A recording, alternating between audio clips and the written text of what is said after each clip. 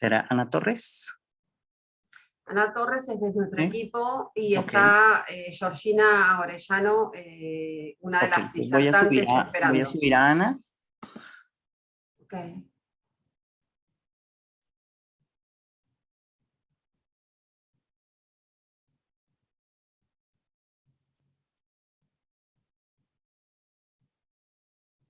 Ana, ¿nos escuchas? Sí, pero me conecto los audífonos. Te escucho muy, muy bajito.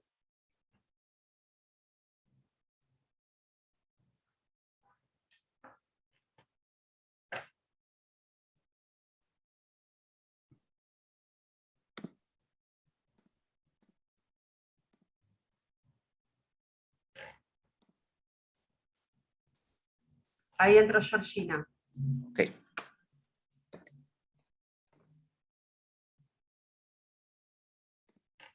Hola. Hola Georgina, ¿nos escuchás bien? Sí, yo las escucho perfecto. Bien, perfecto. Bueno, estamos ya con el webinario abierto, ¿verdad? O sea, estamos así Sí, con ya. nuestra casa de puertas abiertas, ¿sí? Exactamente. Bien, entonces, bueno, muy buenas tardes, buenos días para quienes están en otros horarios, ¿sí? A este tercer debate incómodo, que en esta ocasión tiene que ver con trabajo sexual en la imaginación política, una discusión pendiente, ¿sí? Desde Acajatá nos hemos planteado ya desde hace algún tiempo, y este es el tercero de una serie de debates a los que llamamos debates incómodos, ¿sí? En los que apostamos a la incomodidad como potencia política, para problematizar el status quo del feminismo, ¿no? O sea, no solamente esos debates que consideramos que están pendientes dentro de muchos de los de las corrientes o de los diferentes facciones o secciones feministas o corrientes feministas, sino que además también, en algún sentido, consideramos que esas corrientes feministas de alguna manera empalman o se cruzan o se rozan o al menos se equiparan y amalgaman sus argumentos en relación, en este caso, al trabajo sexual, de una manera muy, muy, muy similar en términos políticos, ideológicos, clasistas, sexistas, sociales y culturales, ¿sí? A lo que son, o lo que consideramos los argumentos de la contraofensiva conservadora, antiderechos y demás, que ya hace algunos años se viene desarrollando en la región, y que particularmente hemos visto o hemos sentido en los últimos años, ¿sí? A partir sobre todo entre el 2017 y 2018, dependiendo del país, de la región de América Latina, resurgir, digamos, con improntas, digamos, de una inscripción no tan nueva, pero sí con nuevas estrategias. Entonces, tenemos unas invitadas de lujo, súper potentes, con muchísima solidez política y ganas de debatir y demás, a las que estamos muy, muy, muy, muy agradecidas que hayan aceptado esta invitación, y decir muy brevemente, ¿sí?, que desde Acajatá nos interesa reactivar este debate, ¿sí?, sobre trabajo sexual, que no se inscribe particularmente en el dilema, ¿no?, en la cuestión dilemática sobre trabajo sexual sí, trabajo sexual no, sino que compartimos un punto de partida de nuestras compañeras trabajadoras sexuales, y nos plantamos en un punto de partida que es: trabajo sexual es trabajo. Y para que esto no tenga que ver con una solamente inscripción retórica, ¿sí?, y que realmente tenga carnadura política, es que desde esta perspectiva y de este planteo, desde lo que pretendemos de parte de nuestro equipo de trabajo, es profundizar en diversos matices, ¿sí?, del trabajo sexual y de las vulnerabilidades de derechos que padecen las personas que lo realizan, ¿sí? Entonces, de esta manera, y habiendo dicho que, bueno, que una de las cuestiones que pensábamos sobre todo era un ciclo de debate para apostar, ¿sí?, para desestabilizar las gramáticas de un status quo, ¿sí?, de ciertos feminismos conservadores. Algo que queremos destacar es que, bueno, uno de los problemas controversiales para el feminismo, y para ciertos feminismos más tradicionales, es esta figura de que las mujeres que venden sus servicios sexuales, y cuando digo mujeres hago hincapié en una categoría de la que el feminismo todavía no puede salir en muchos casos, ¿sí? Si no reconoce, ¿sí? De alguna manera, otras entidades genéricas, sexogenéricas, eróticas, y demás, corporales, y etcétera. Entonces, este planteo de que las mujeres que venden servicios sexuales o de que trabajan ofreciendo sus servicios sexuales, de alguna manera son personas que son víctimas, ¿sí? Y acá hay algo que se plantea desde diferentes modelos políticos. Uno podría ser el modelo nórdico, pero no me quiero explayar en eso porque seguramente acá nuestras invitadas saben muchísimo más que esto y pueden abrirnos un campo de discusión y de debate muy interesante. Pero hay una cierta legitimidad, sobre todo en este pensamiento de la criminalización del trabajo sexual y de la constitución de las personas que ejercen el trabajo sexual como víctimas, o sea, de constituir el sujeto político, la víctima como sujeto político, que lo que hace es sobrelegitimar de alguna manera el tema de la justicia penal, pero olvidarse, no porque no sea importante la justicia penal, ¿no? Pero olvidarse de otros aspectos sociales, políticos, culturales, económicos, clasistas, racistas, sexistas, ¿sí? Que para quienes luchan por los derechos, o sea, para aquellas personas, para aquellos grupos, para aquellos feminismos que se dicen que luchan por los derechos, es al menos, digamos, contradictorio en términos de políticas relacionadas con la ampliación de derechos y el reconocimiento de derechos, sobre todo cuando hay una construcción victimista, ¿sí? De una perspectiva victimista, feminista victimista, ¿sí? Con una construcción maniquea de un sujeto femenino, ¿sí? Impotente, oprimido, frente a algo opresor, masculino, dominador y demás. No porque las relaciones de género no se dan esas cuestiones de opresión y porque el género no sea una categoría, digamos, totalmente plausible para considerarse un dispositivo de poder, sino porque desde esos feminismos punitivistas consideramos que sus proclamas y sus argumentos no solamente replican la violencia institucional, sino que fortalecen aquello que pretenden combatir. Entonces, desde ese lugar, ¿sí? Entendemos, digamos, que al entender el trabajo sexual desde un enfoque de derechos surgen algunos interrogantes, ¿sí? De cómo se puede ejercer este trabajo sexual, de cómo puede garantizarse la protección de derechos de este trabajo sexual, de las necesidades y barreras para el acceso, de la atención y la cobertura de salud de los trabajadores sexuales. Cuestión que no solo se circunscribe a cuestiones como prevención de ITS y demás, que esa fue como la puerta de entrada en algún momento, sino que contempla la salud integral y contempla también una concepción del trabajo sexual como trabajo digno, con todas las cuestiones que estén implicadas en esa discusión y en ese desafío e interpelación a pensarlo de esta manera, pero también los obstáculos que enfrentan a los trabajadores sexuales para acceder a la vivienda, a gozar de derecho a la vida privada, a la libertad de expresión, a la organización, a la agremiación, al acceso a la seguridad social, a la vida familiar, ¿sí?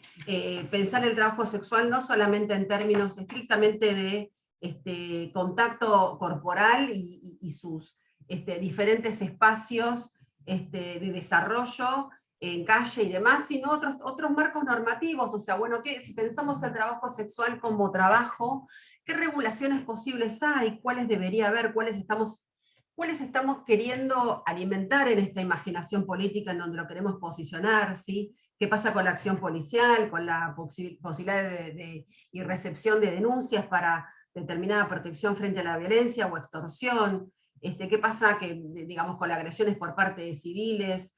Y también importa ahondar en la falta de protección de ese trabajo sexual que se ejerce en departamentos privados, hoteles, otros espacios cerrados. También posicionar al trabajo sexual en la imaginación política de alguna manera invita, ¿sí? Obliga a indagar acerca del trabajo autónomo, agremiado, en cooperativas, en distintas formas de cooperación y de agrupación, y no podemos dejar de olvidar, sobre todo en el 2021 y pandemia mediante, ¿sí? Los sitios de fotos, cámaras, de transmisión en vivo, que por supuesto no es nuevo, digamos, tiene otros antecedentes de transmisión, de esas páginas de citas de otro momento y demás, pero también esos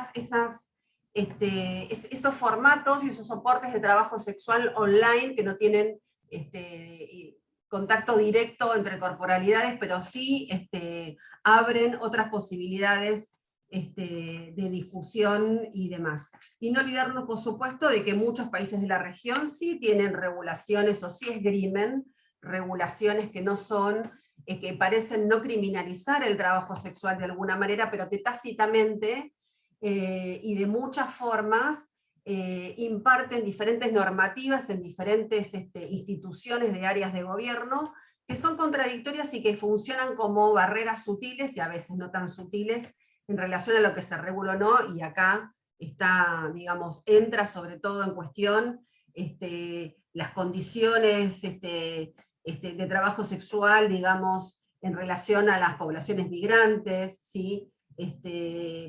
Al respecto importa visibilizar, discutir las trampas regulatorias que se encuentran relacionadas a esa criminalización, y también, digamos, cuáles son las estrategias que acá los compañeros que habemos invitado están pensando, discutiendo y ya poniendo en marcha esa situación. Y bueno, y paso a esto y les vamos a contar, les contamos ya, que tenemos a tres panelistas de súper lujo, ¿sí? Que las voy a ir presentando a medida que vayan hablando.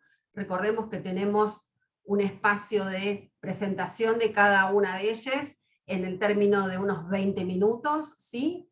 Que después hay un espacio abierto a las preguntas y a la discusión en donde podemos volver a retomar temas que quizás queden todavía con un interés de volver a ahondar y demás, que en el zócalo inferior, ¿sí? De lo que ustedes están viendo como la plataforma esta de conexión al webinario, hay un icono que es un mundito en donde pueden acceder a la interpretación en el idioma que ustedes quieran elegir, y que también contamos, por supuesto, con interpretación en lengua de señas, y que además hay un espacio, sí, que también tiene un icono, que son dos globitos de diálogo para preguntas y respuestas, en donde pueden ir anotando sus preguntas que al final de la exposición le transmitiremos acá a nuestros disertantes, ¿sí? Entonces, una vez dicho todo esto y demás, vamos a presentar a nuestra primera panelista, ¿sí? Y lo voy a leer textual de esta mini biografía porque no me quiero olvidar de absolutamente nada.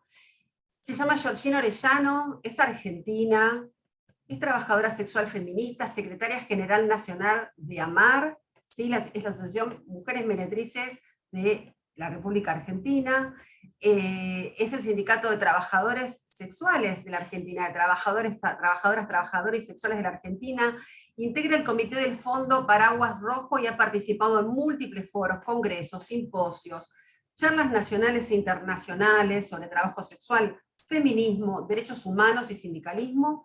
En 2020 fue nominada al Premio Tulipán de los Derechos Humanos, y en 2018 el Colegio de Abogados de París le entregó un premio de reconocimiento por la lucha en la defensa de derechos humanos de los trabajadores sexuales que adelantan MAR. Por si quieren, por si ya no la siguen y la quieren seguir, su usuario en redes sociales es @Orellano, ¿sí? Y quienes quieren seguir AMAR, que es digamos, el nombre con el que van a encontrar en redes, es Putas Feministas, y es @AmarSindicat. Adelante, Georgina.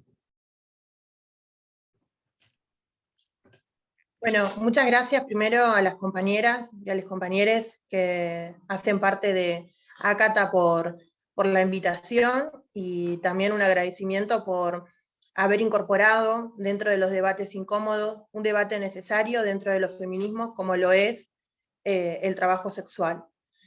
Así que muy agradecida también de compartir el panel con dos compañeras con las que compartimos luchas, ideas también. Bueno, el trabajo sexual en el imaginario político.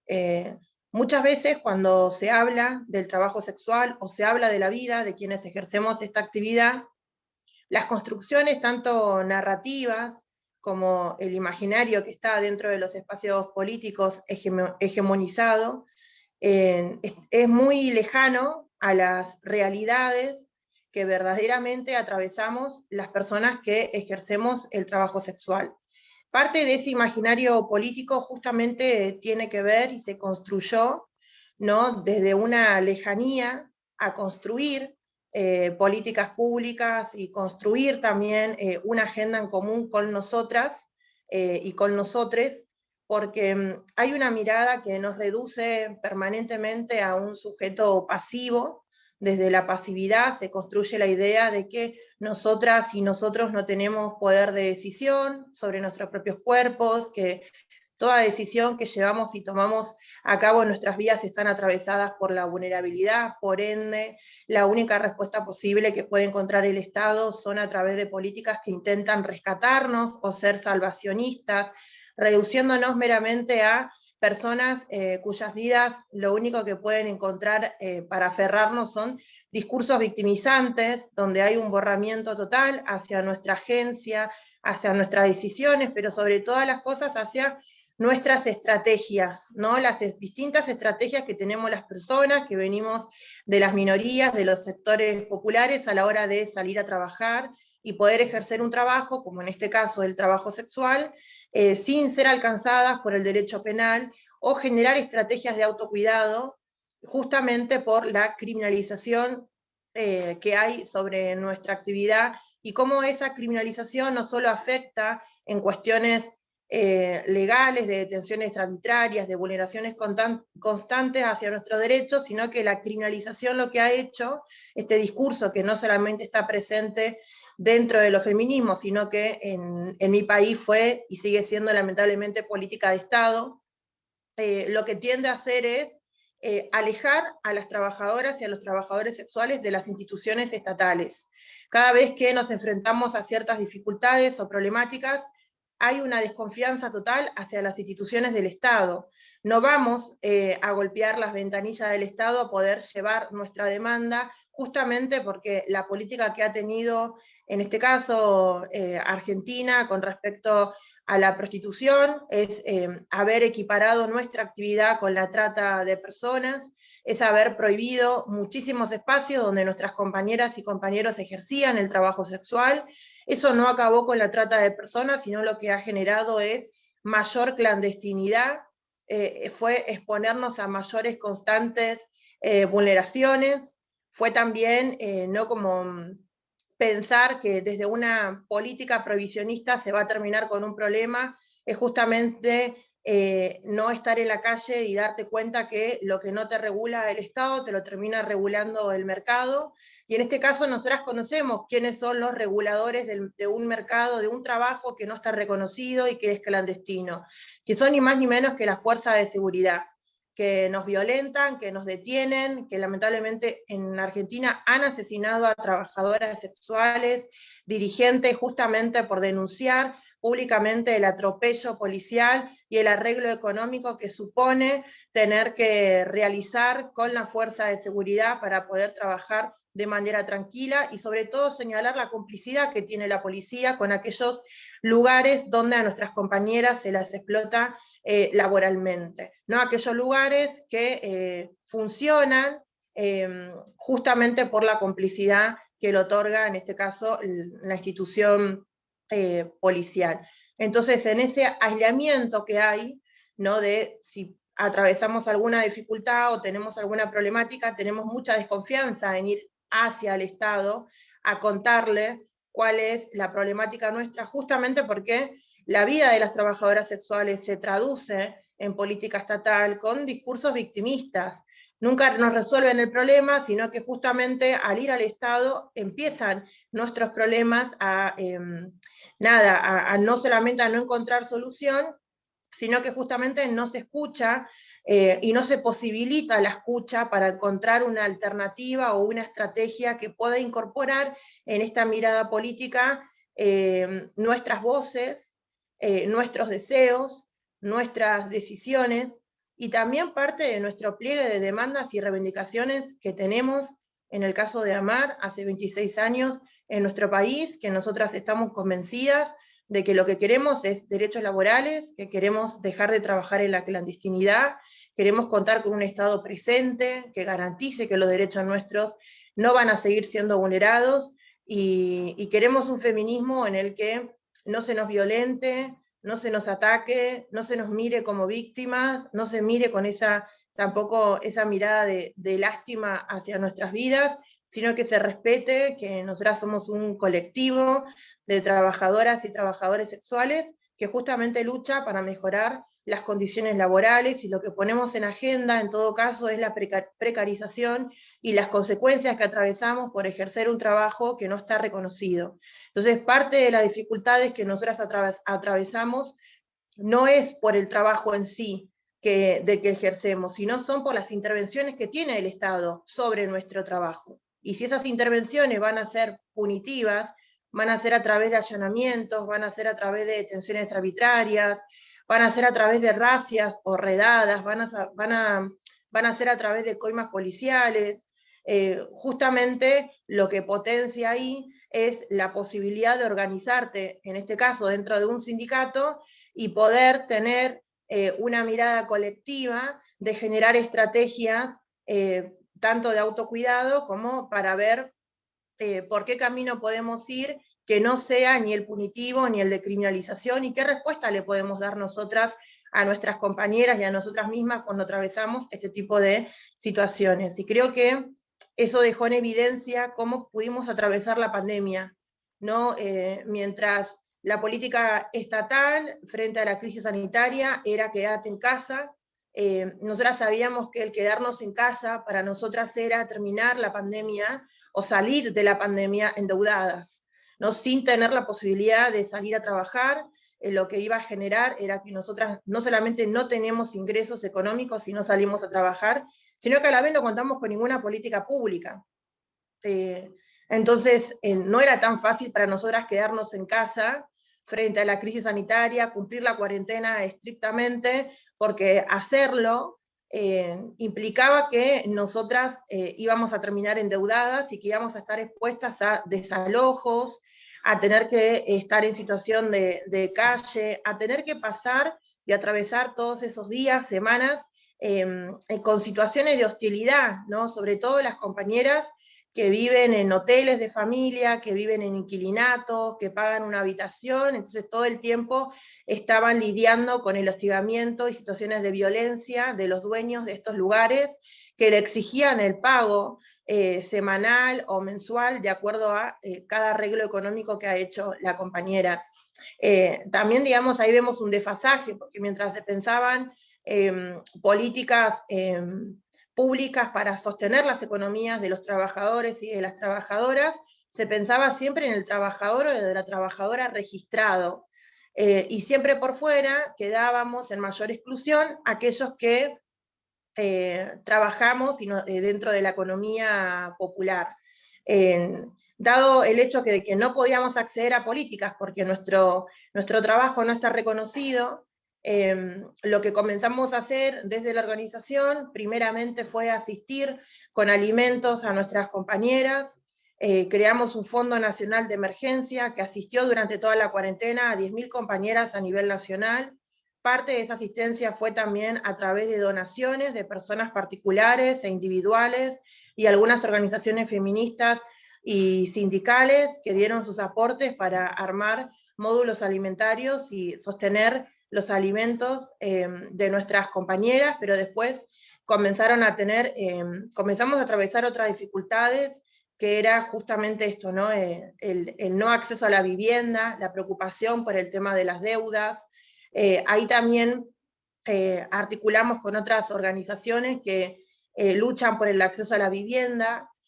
También hicimos un mapeo de con cuáles oficinas del Estado podíamos contar, pero primeramente fuimos a sentarnos con esos funcionarios, a sensibilizarlos y de poder contarle cuáles son las maneras y las formas que nosotras tenemos de poder alquilar, ya que no tenemos recibo de sueldo, no podemos demostrarle al dueño o a la dueña del inmueble cómo podemos pagar la vivienda. Entonces mayormente esos contratos son de palabra y hay un desfasaje en la cuestión monetaria. siempre terminamos pagando el doble o a veces el triple, porque hay un abuso ahí sobre nuestra condición como trabajadoras no reconocidas, pero también sobre nuestra condición con un trabajo que está estigmatizado socialmente, criminalizado, en el legal, digamos, en el ámbito del derecho penal.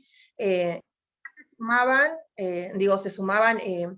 otros estigmas, ¿no? El ser parte del colectivo travesti trans, el ser migrante también, generaba que esas compañeras tengan que pagar el doble o el triple, y con esto termino, digo, las que estuvimos ahí y las que seguimos estando durante la pandemia pensando estrategias de salidas colectivas, somos las trabajadoras sexuales.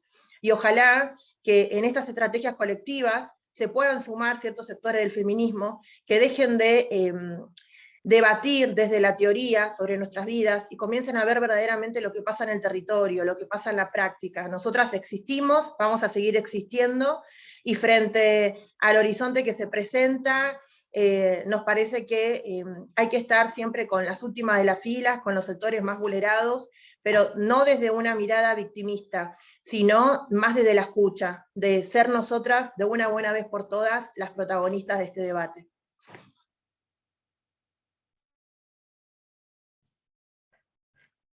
Gracias, Georgina.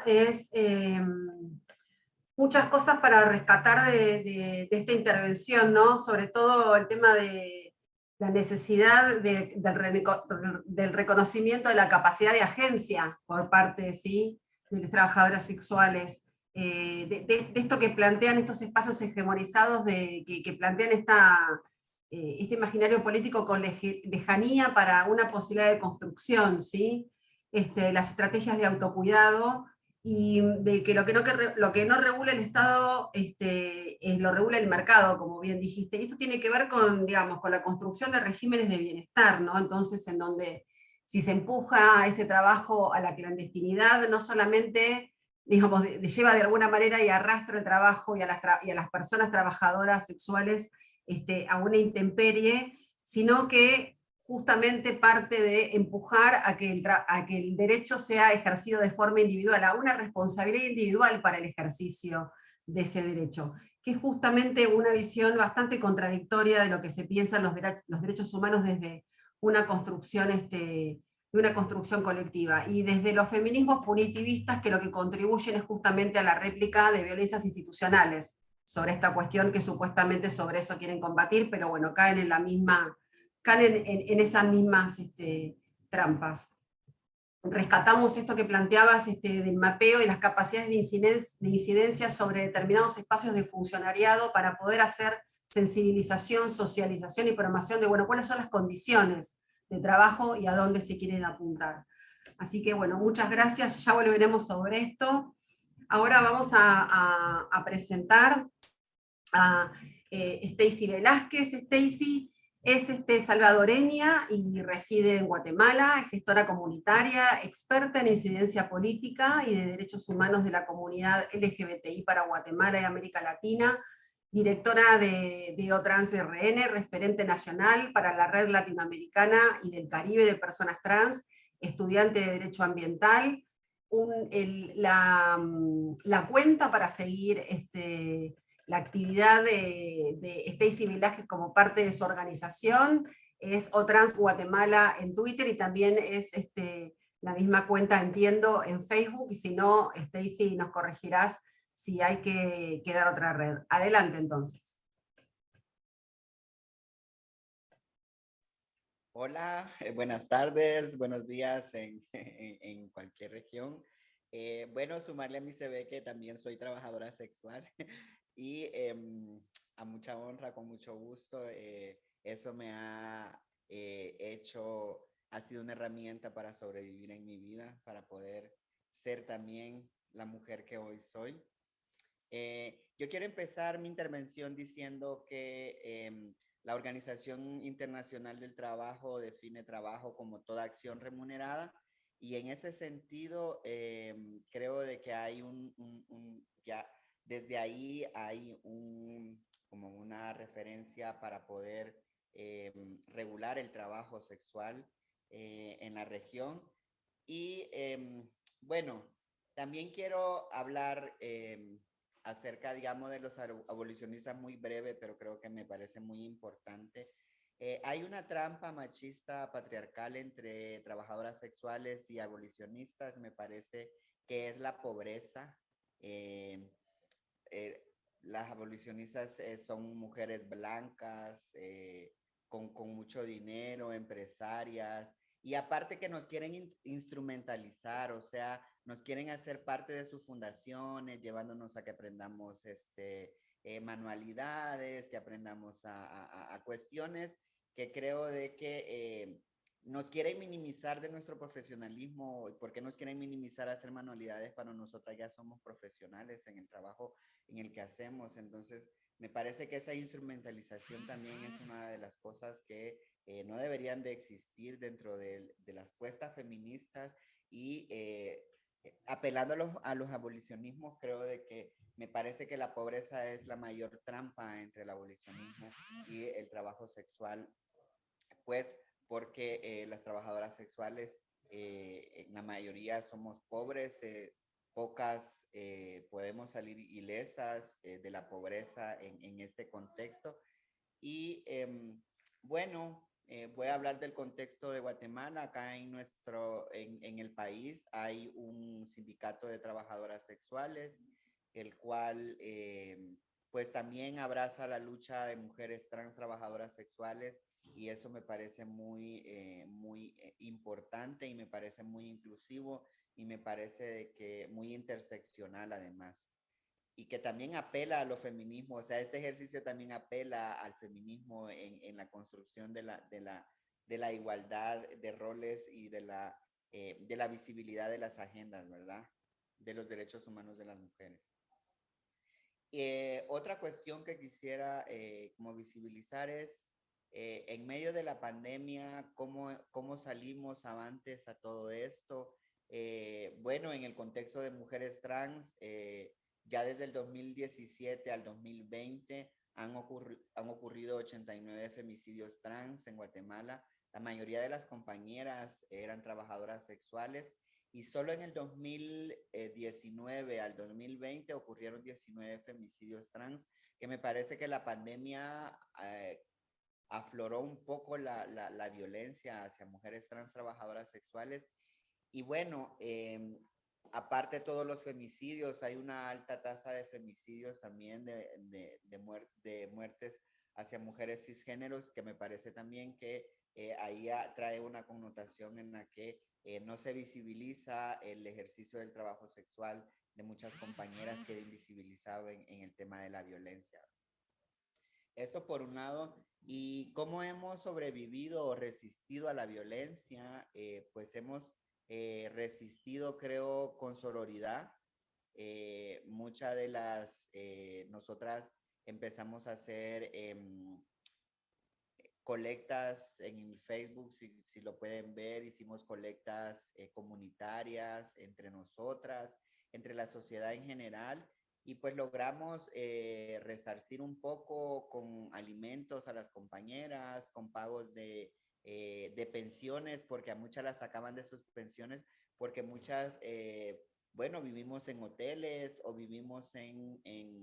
o vivimos hacinadas en cuartitos de 3 metros por 3 metros, y pues el ejercicio era de que hasta 5 mujeres trans estaban en un cuartito de 3 metros por 3 metros. Entonces, ese contexto creo de que viene también a poner un marco y a poner, creo, en nuestra agenda política el tema de la pobreza. Hay que trabajar el tema de la pobreza con las compañeras trabajadoras sexuales, pero no para instrumentarlas, sino para hacerlas autónomas, y para hacerlas independientes, de poder elegir sobre su territorio, sobre su cuerpo, sobre sus decisiones, y no para instrumentarlas, no para revictimizarnos, para victimizarnos. Entonces, creo de que desde ahí va nuestra apuesta también. Desde la organización tenemos programas tenemos un programa de estudios con Acción Humana y ONUCIDA, que pues ayuda a las compañeras a poder sacar su primaria, sus básicos, su secundaria.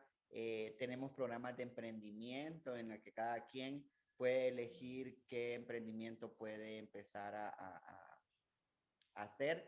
Y creo de que desde nuestro ejercicio como organización también enviar ese mensaje, ¿verdad? También a todas esas puestas que a veces se hacen en favor, entre comillas, de las trabajadoras sexuales y que al final salen terminando con estos objetivos de instrumentalizarnos y todo eso. O sea, hay que dar independencia a nuestras decisiones, hay que dar independencia a nuestros cuerpos y una de las cosas que el nombre del sindicato es que el sindicato es de trabajadoras autónomas, trabajadoras sexuales autónomas de Guatemala.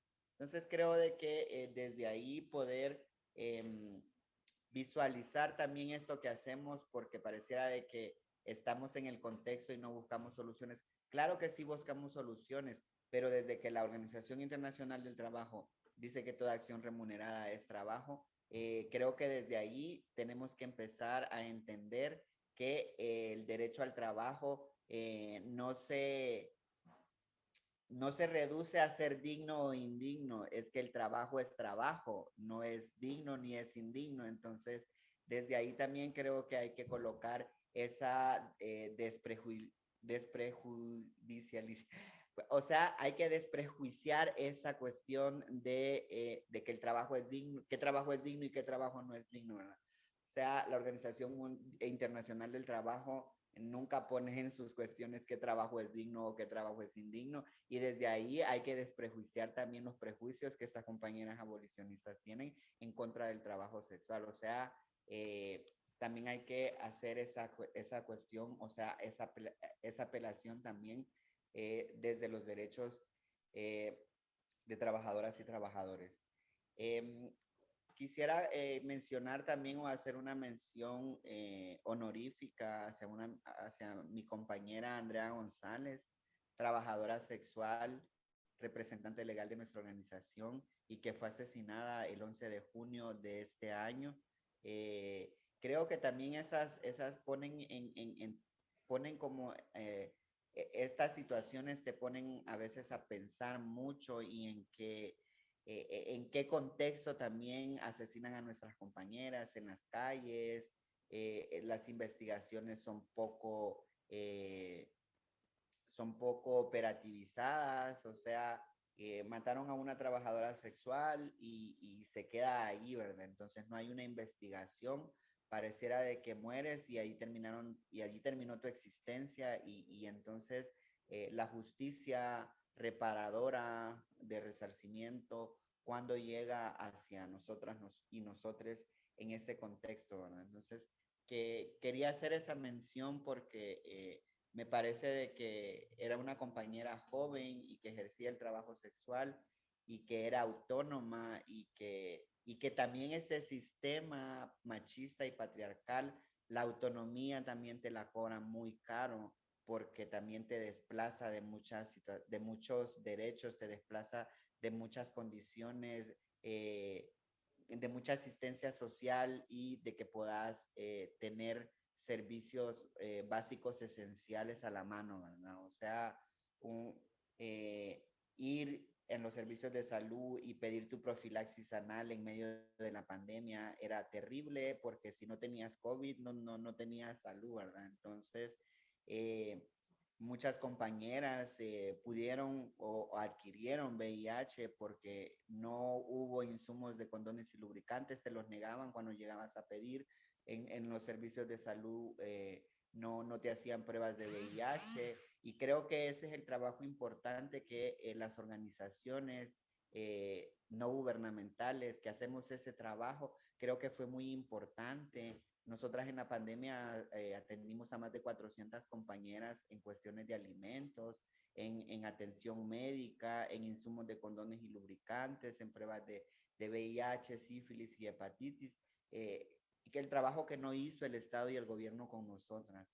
Me parece muy importante también que si hubiera una regulación hacia el trabajo que las compañeras o que realizamos nosotras, la realidad fuera distinta. Este tipo de pandemias no es la primera pandemia que viene, o sea, la pandemia de la pobreza está instalada aquí en Latinoamérica, efecto de la corrupción, la impunidad, y entonces de esa pandemia, ¿cuándo hablamos? De esa pandemia, de esas personas que mueren por desnutrición, por no tener un trabajo, que mueren que mueren en suicidio, muchas compañeras, yo estoy viendo unas noticias, muchas compañeras se están suicidando, son los efectos de la pandemia, pero también son efectos de la pobreza. ¿Cuándo hablamos de la pandemia de la pobreza? Esa que está matando a las trabajadoras sexuales.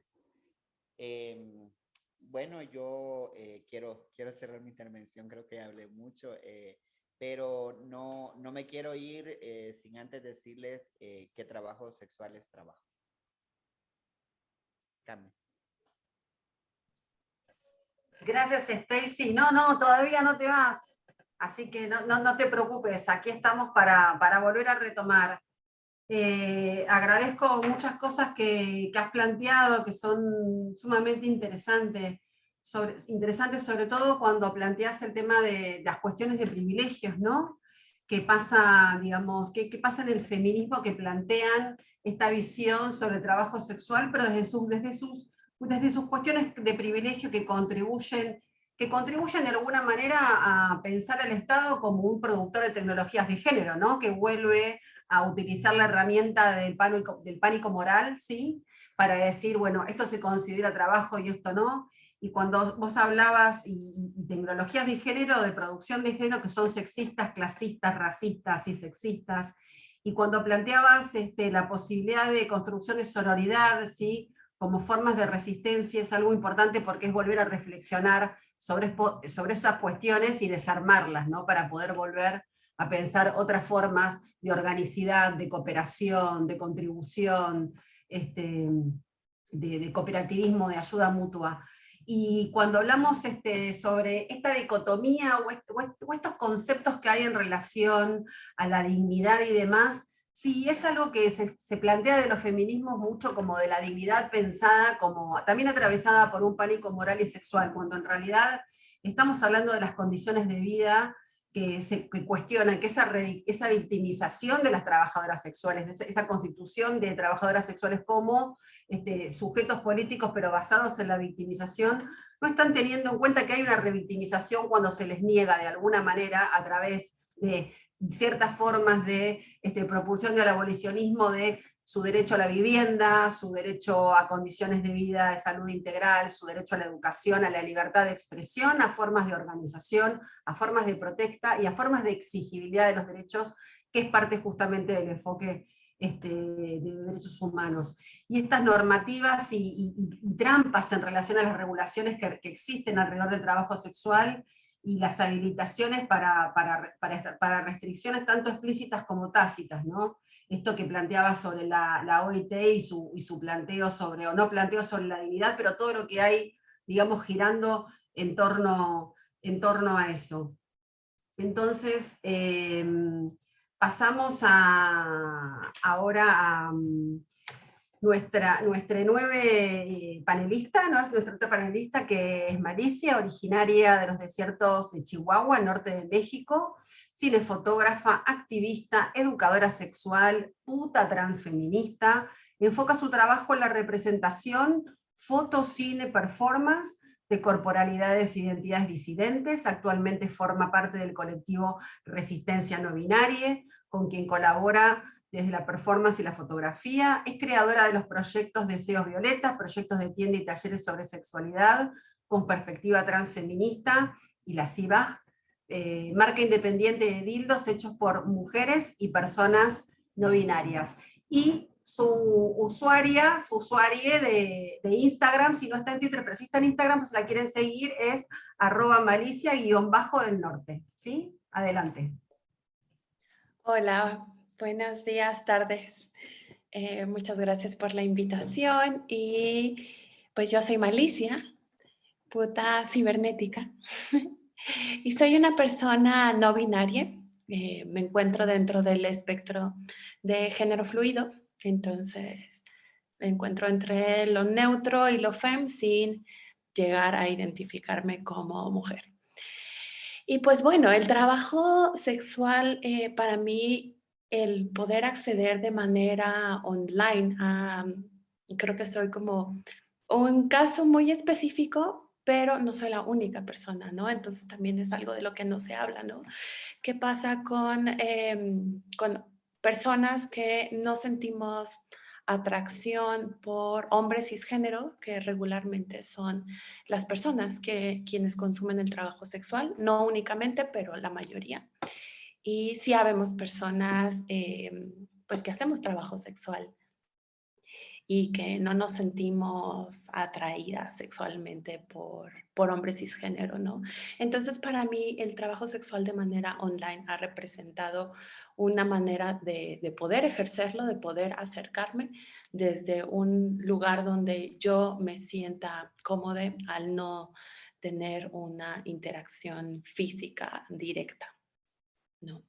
Entonces, pues bueno, por ahí me gustaría empezar a presentarme. Y pues el trabajo online sucede de diferentes maneras. También tenemos tanto como la venta de video, de fotografía, los en vivo, que es todos estos canales de webcam. También dentro de los en vivo hay quienes los hacen de manera particular, de manera autogestiva y usan estas cuentas de Skype, por ejemplo, y se usan diferentes pues medios que la pandemia nos ha llevado a estar como un tanto más familiarizadas con ellos, ¿no? También existen los audios, es como un poco más escaso de encontrar, pero también se puede encontrar, ¿no? Entonces, pues yo empiezo a ejercer hace ya unos casi 6 años aproximadamente. Y lo primero que me encuentro es que no había una comunidad. Yo en mi ciudad, cercana a activismos, veía que había una comunidad que si bien con los años se ha fortalecido, pero ya existía comunidad de trabajadoras sexuales, sobre todo en situación de calle, pero de manera online realmente había muy poca información, ¿no? Entonces yo empiezo a ver que pues no hay una comunidad realmente, hay una gran falta de información sobre eso, hay un montón de limitaciones, los cuales para personas que hablamos español, pues tiene que ver con las barreras del idioma, ¿no? Entonces, como hay muchas cosas y ahora que me invitaron a esto, estaba yo reflexionando de cómo todo eso está construido desde las mismas plataformas para el mercado que paga más, que por lo general pues es gente de Estados Unidos y de algunas partes de Europa. Y está construido en sus idiomas, ¿no? Y pues se me hace como pues sí, de alguna manera como muy irónico porque pues habemos muchísimas latinas que estamos trabajando en estas plataformas, ¿no? Entonces, de repente no hay este pensamiento en las mismas plataformas sobre, pues sobre nosotras, ¿no? De facilitarnos comunicación, facilitarnos herramientas para entender y poder trabajar, ¿no? Entonces, como por esa parte veo eso. Y pues esto lleva, esa falta de información, lo hemos platicado compañeras, nos lleva como a caer en estafas de parte de usuarios, pues lleva a un montón de cuestiones, ¿no? Por otra parte, de quienes trabajamos de forma online, tenemos la limitación de las redes sociales. Y pues bueno, eso es todo un tema. Tenemos Facebook, Instagram que se mueven de una manera muy parecida que terminan cerrando las cuentas y censurando, ya sea por contenido o cualquier cosa que mencione trabajo sexual, ¿no? Entonces, si nos movemos desde ahí, las redes terminan siendo un medio para, pues, para promocionarnos y para, o sea, decir existo y hago esto y pues si quieres me puedes pagar. Entonces, pues no tenemos tampoco ese medio. Hay esta red que está cada vez cobrando más fuerza, TikTok, ¿no? Entonces yo con este proyecto que tengo de tienda de juguetes sexuales, empecé a subir unos videos de unos juguetes que ni siquiera tenían que ver con formas realistas y de repente me aparece la censura, o sea, yo ni siquiera intenté desde trabajo sexual, ¿no? Y aún así aparece, o sea, me censuraron unos videos que no tenían ningún contenido explícito y decían no se permite nada de contenido de desnudez, ni ni siquiera con fines educativos, ¿no? Entonces, pues se me hace como súper fuerte, o sea, como ya estamos hablando como que una censura completa y total, ¿no? También tenemos otro hecho que hay diferentes redes que hemos intentado las trabajadoras sexuales que trabajamos de manera online usar, como Tumblr, por ejemplo, y hubo esta gran censura de Tumblr, donde, pues donde inhabilitan un montón de contenido, ¿no? Entonces, pues de nuevo es como irnos cerrando puertas de Twitter, como que termina siendo también una de las principales herramientas para promocionar estos servicios, pues termina también estando ahí como de repente viene como este pánico colectivo entre nosotras de decir, hay rumores, ¿no? Hay rumores que también esa red. Y pues bueno, entonces sucede en 2018 algo que me parece que cambia el panorama para muchas y que si bien ya estábamos lidiando con todas estas cosas de censura, bueno, antes me gustaría agregar una cuestión del pago que tiene que ver con esto que voy a decir, ¿no? La manera en que nosotras podemos acceder a que nos paguen es la plataforma para la que trabajamos, suponiendo que es tu webcam, por ejemplo, ahí los clientes hacen su pago y esa plataforma tiene una lista de bancos bastante limitada con la que una puede acceder a una cuenta y entonces pues ya puedes retirar como tu dinero de manera directa o de ahí todavía tienes que hacer la transferencia a tu banco local, ¿no? Entonces, pues la lista para personas que vivían en otros continentes, especialmente Europa, era muy grande de posibilidades, ¿no? Y en cambio para las personas que vivimos desde contextos latinos, era solamente un banco. Solamente un solo banco que si no te aceptaban era como pues ya no podías hacer. Otra manera que también podías hacer pero que realmente no conviene sería hacer una transferencia directa de webcam al banco local, pero cobra muchísimo. Entonces, pues tampoco termina siendo una posibilidad porque pues a veces se lleva como pues casi la mitad de lo que hiciste o a veces mucho más, ¿no?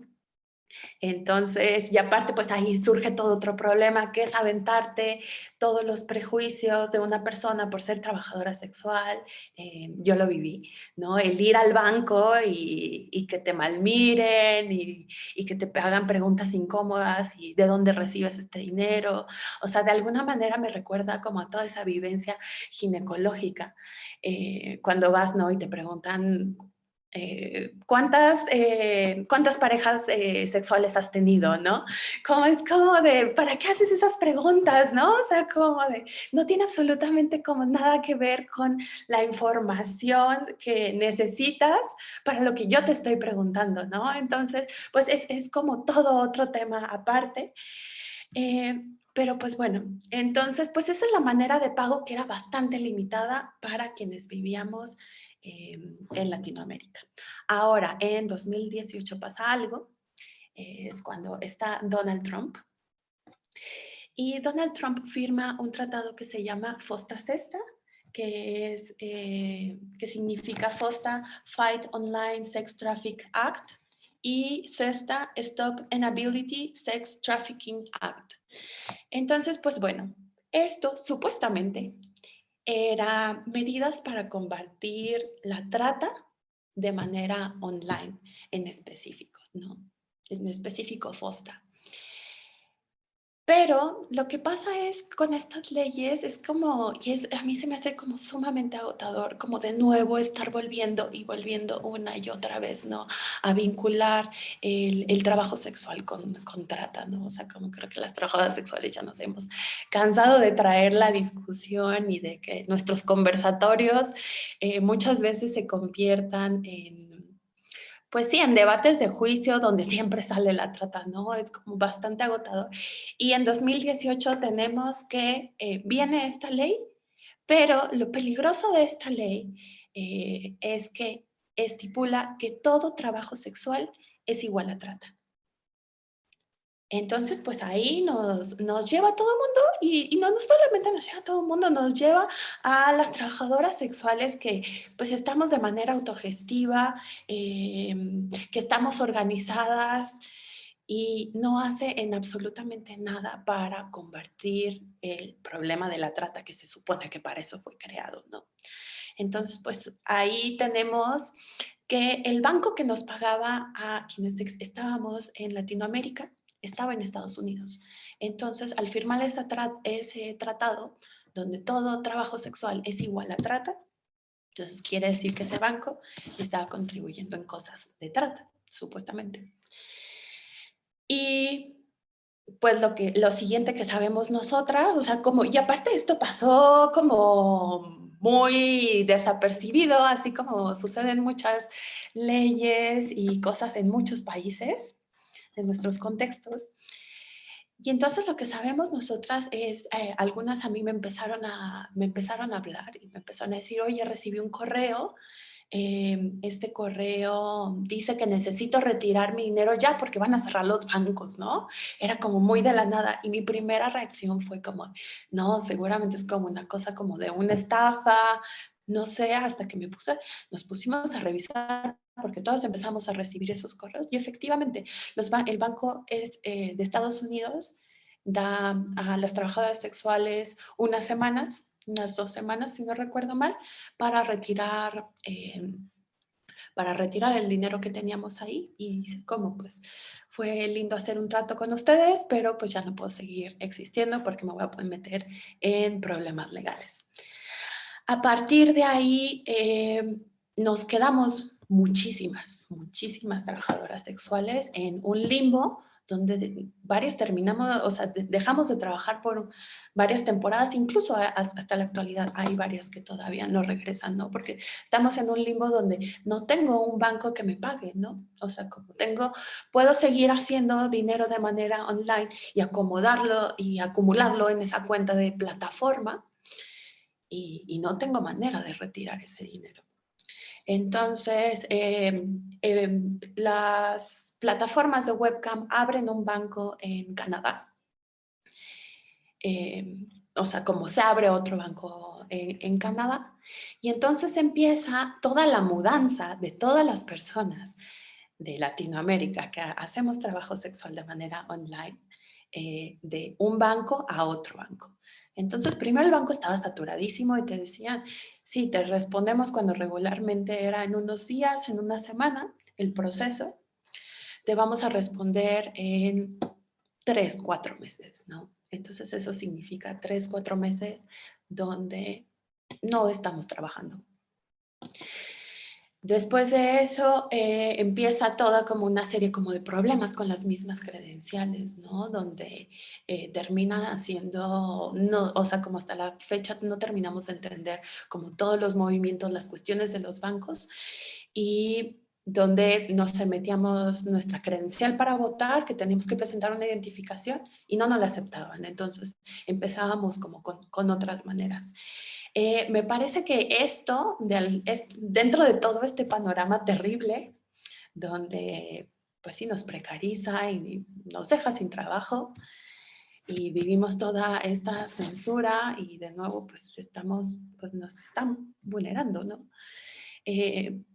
Empezamos a hacer comunidad y empezaron a salir trabajadoras sexuales a decir como, oigan, yo hago trabajo sexual y ahora no puedo hacerlo, ¿no? Y esta era como mi forma de ingreso y no entiendo qué está sucediendo, como no entiendo qué está sucediendo, no entiendo qué papel meter, si funciona mejor que mande el pasaporte, que mande una licencia de conducir.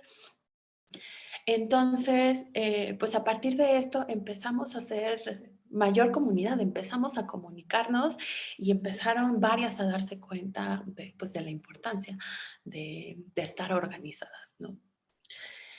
Entonces, más adelante me parece que también contribuye a estar organizadas la cuestión de la pandemia y cómo y cómo varias de las compañeras que hacían trabajo sexual en calle, al momento de, por políticas públicas, de no poder ejercerlo y tener todas estas limitaciones en la calle, también empiezan a acercarse a nosotras a preguntarnos cómo funciona, ¿no? Cómo funciona con todo esto, cómo puedo abrir una cuenta, cómo puedo obtener un pago. Entonces acá tenemos también, que está muy cercano a la pandemia, todo el boom de OnlyFans, ¿no?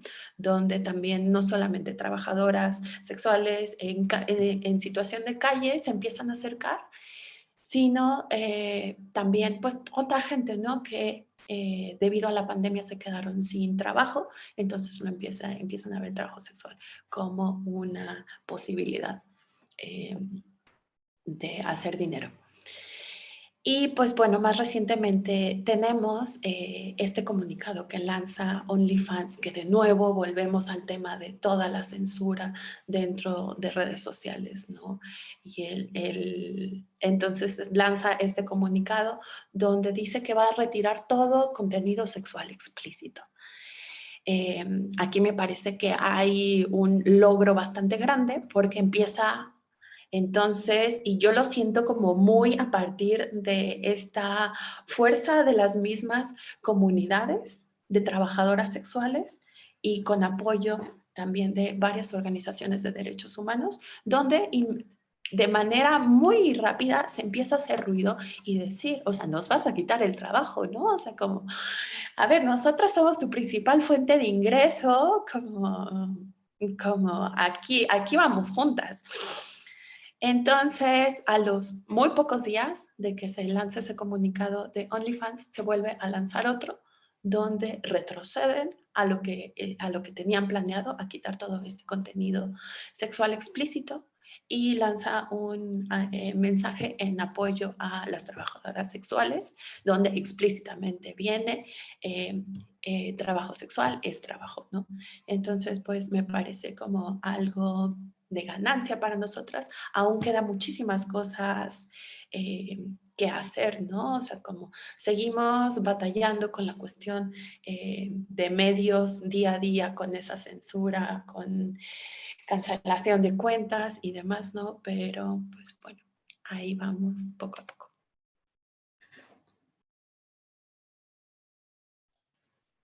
Muchas gracias, Malicia. Es interesante muchas cosas que las que has planteado. Por un lado, bueno, primero otros espectros y otros soportes, ¿no? Dentro de un abanico de posibilidades del ejercicio del trabajo sexual online que está bastante poco tocado en general en el debate, en un debate que siempre viene siendo como bastante postergado y demás, sobre todo dentro de los sectores de estos feminismos conservadores que mencionábamos antes. La posibilidad del trabajo sexual online también como habilitación de formas de contacto y de posibilidad de trabajo que permiten también una conexión que tenga en cuenta diferentes posibilidades de, bueno, de elecciones no solamente sexuales y demás, sino al no ser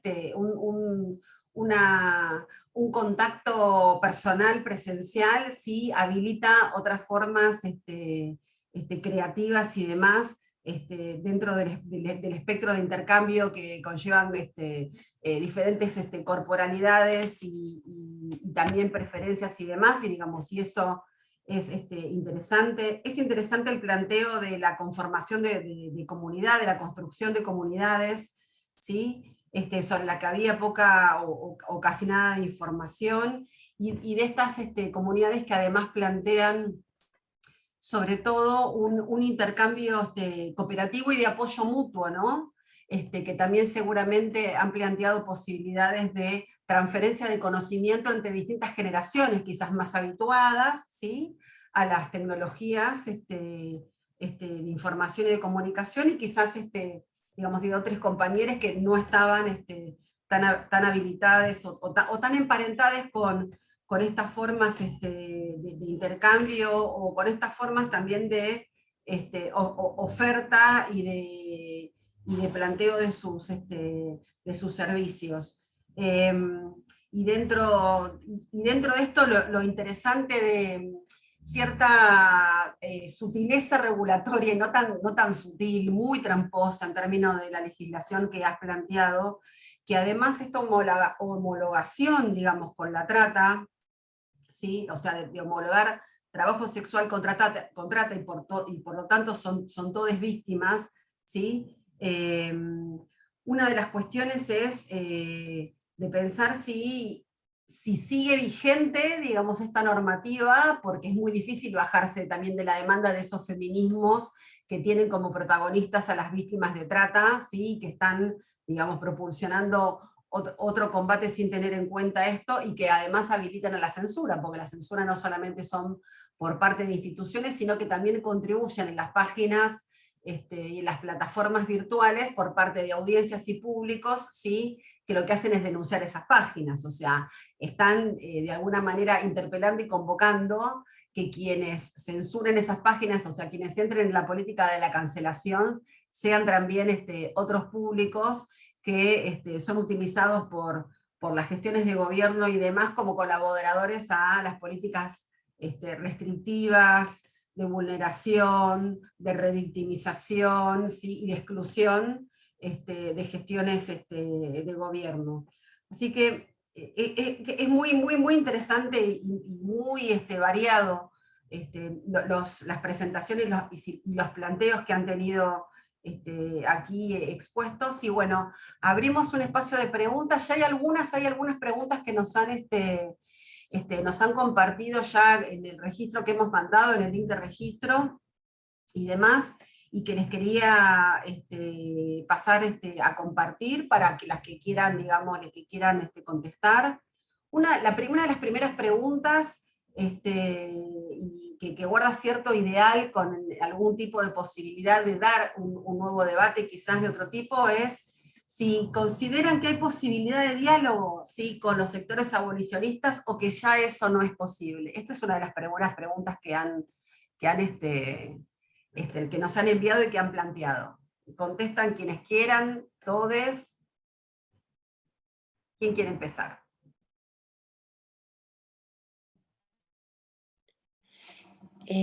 Creo que yo estoy muy cansada, ¿no? O sea, como tantos años de activismo, bueno, tantos años, habrá gente que tenga mucho más que yo en este mismo panel, ¿no? Yo llevo aproximadamente unos 11 años, sobre todo desde activismos LGBT. Pero sí, termina siendo muy agotador, y mi experiencia ha sido que en algún momento he visto que gente cercana ha intentado, y me parece que es un mismo proceso como de los activismos, ¿no?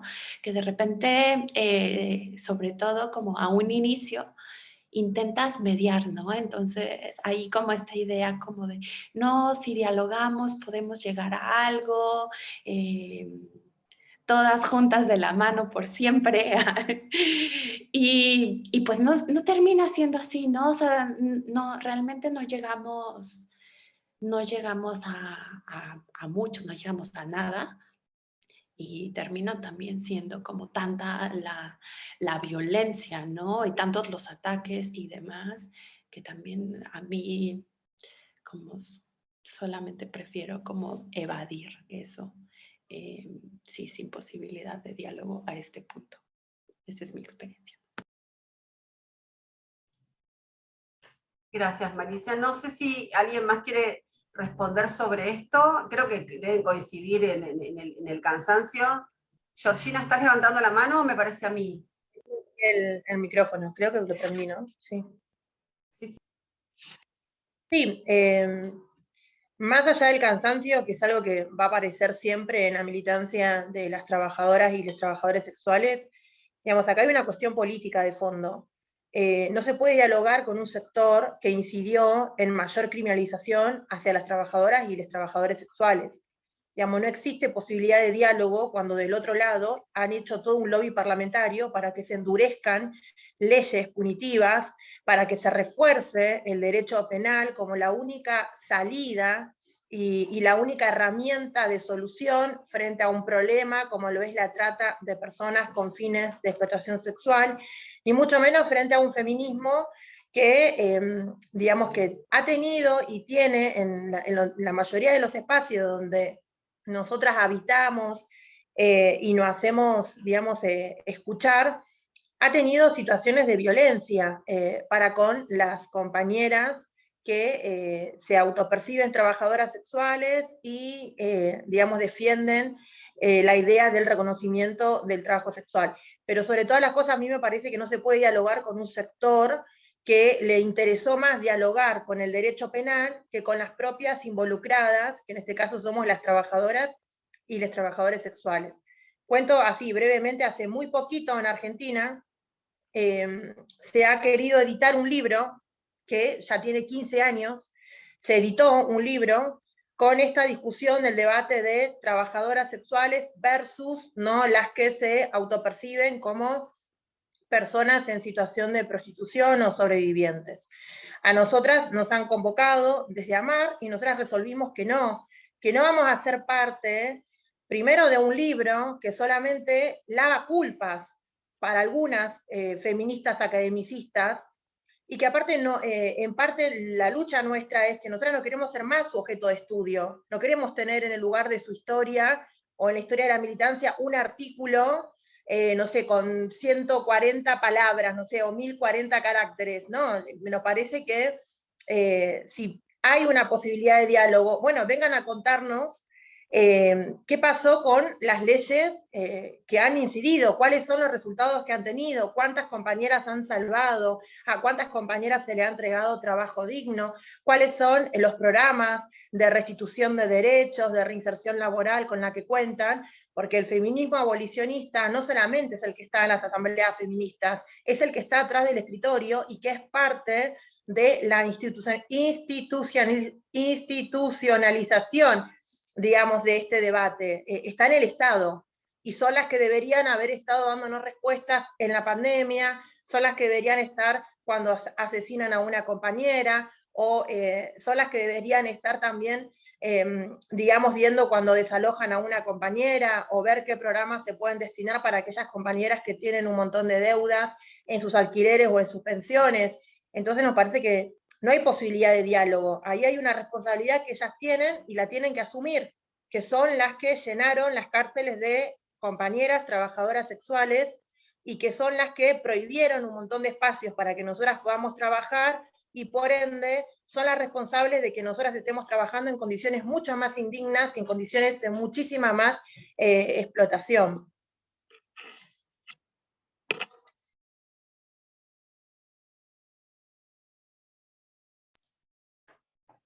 Gracias, Georgina. Sí, y pensar sobre todo por esto que decías, que es bastante imposible la posibilidad de diálogo con quienes, digamos, que consideran que el diálogo más que diálogo es tomar la voz, reemplazar la voz de las trabajadoras sexuales, considerando que son ellas, ¿sí? O ellos quienes saben más de las condiciones de vida, ¿sí? Y que las traen como esto que vos decías, como objetos de estudio, como historias de vida, y no como las personas que tienen capacidad de agencia, como lo que habías dicho vos en tu presentación al principio, y que sí son las que pueden decir a qué condiciones de vida quieren apuntar, y qué garantías y qué criterios de exigibilidad están exigiendo, valga la redundancia, al Estado para que garanticen sus derechos, ¿no? O sea, usurpando voces y demás. Y me quedo pensando sobre todo en lo que comentabas recién, en esta idea, ¿no?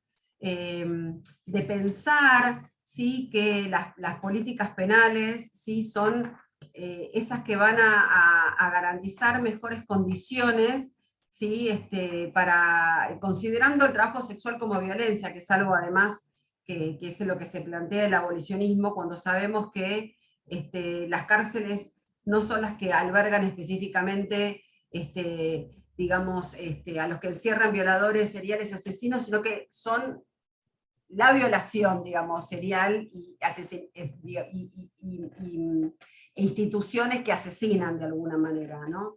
Te agradezco, eso es algo que dice Dean Spader en sus leyes no nos protegerán. Agradezco la respuesta, Georgina, y quería plantearles otra de las preguntas que aparecieron es, que ya algo han hablado de esto, ¿no? Pero hay algo que surge, que es, ¿cuáles son? Pues surge con insistencia, digamos, en las preguntas, que es, ¿cuáles son los peligros que una trabajadora sexual, sí, o una trabajadora sexual afronta, y cómo ustedes creen que pueden encontrar algún tipo de apoyo desde el Estado, desde las gestiones de gobierno que detentan el Estado en este momento, en sus países, en sus realidades y demás? ¿Cuáles serían esas cuestiones sí, que son necesarias que los Estados se pongan a mirar al considerar el tema del trabajo sexual como trabajo? ¿Cuáles son las maneras? Las políticas, digamos. Para el que quiera contestar, o las que quieran contestar.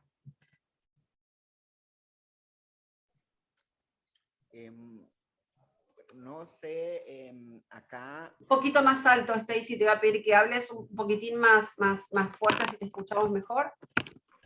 Ok, yo con respecto a la pregunta, pienso de que hay que empezar a dar asistencia social a todas esas compañeras, porque pienso de que la asistencia social puede prevenir muchas situaciones que, por ejemplo, la seguridad, la justicia, la vivienda, la salud. Pienso de que todas esas cuestiones deben de estar garantizadas por el Estado y el gobierno como una devolución de todo lo que se tributa. Hablábamos de toda esta situación.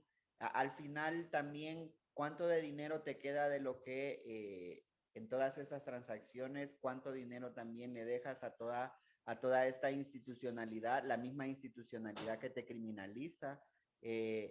Pienso de que la asistencia social debe de ser una opción para poder prevenir muchas situaciones de contexto que bien podrían ser prevenibles.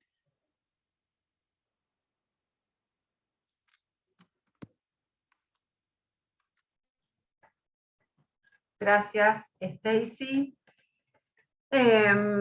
Aparece otra pregunta que la voy a leer textual, que me llega por otro medio, ya les digo, otra de nuestras plataformas, si es una pregunta específicamente para Malicia, es que si nos podés contar o explayarte un poco más sobre compartir conocimientos sobre cómo usar las plataformas online, los dispositivos, los cobros online, etcétera.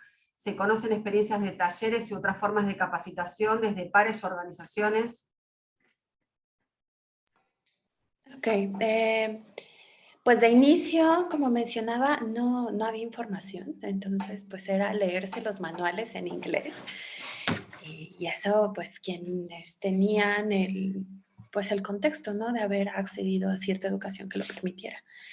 Me parece que actualmente se puede encontrar como vía online desde YouTube, desde algunas webcamers que comparten su misma experiencia, y de manera local me parece que también se está organizando. La cosa es que una termine dando con otra que hace trabajo sexual de manera online, y a partir de ahí ya ir creando red. Me parece que todavía es una red que no está como nada fortalecida. No hay como, no sé, como pienso como alguna cuenta online, algo en Twitter, algo así, donde se esté de manera organizada, como no existe, ¿no? Como creo que apenas estamos en una etapa muy temprana de organización, donde una que va conociendo a otra, pues vamos entablando entablando conversaciones. Entonces, me parece que todavía queda mucho por hacer. Yo tampoco he visto como de alguna organización o algo que que facilite o que se hable en específico del trabajo sexual de manera online, ¿no? Y parecería que, pues, que nos hemos quedado muy atrás en esa cuestión de organización, siendo que cada vez está habiendo mucho más movimiento de trabajo sexual online. Entonces, pues sí, queda muchísimo por hacer para organizarnos. Gracias, Malicia. Otra pregunta que nos comparten es,